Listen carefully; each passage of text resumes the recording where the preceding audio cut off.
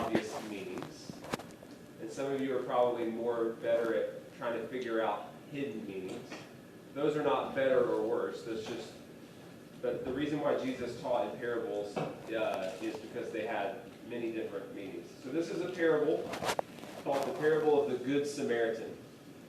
Anybody heard of that one? Yeah. Okay. Well, you will tonight. On one occasion, an expert in the law, so if you're thinking about the Bible times, this would have been someone who knows a lot about the Old Testament law of God. So on one occasion, an expert in the law stood up to test Jesus. He said, "Teacher, what must I do to inherit eternal life?" "What is written in the law?" Capital L. "What is written in the law?" Jesus replied. "How do you read it?" The man answered, "Love the Lord your God with all your heart, and with all your soul, and with all your strength, and with all your mind, and love your neighbor as yourself." "You have answered correctly," Jesus said.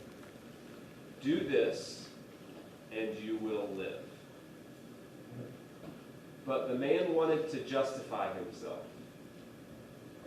So he asked Jesus, "And who is my neighbor?"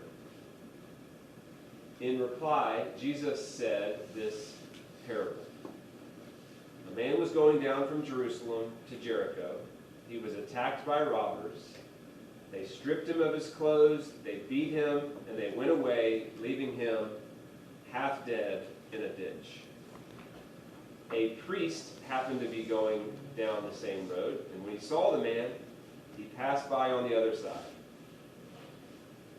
So too, a Levite, that's someone who works in the temple, when he came to the place and saw him, he passed by on the other side also. But a Samaritan is someone who God's people would have thought are the worst in the Bible times. They were like hated by God's people.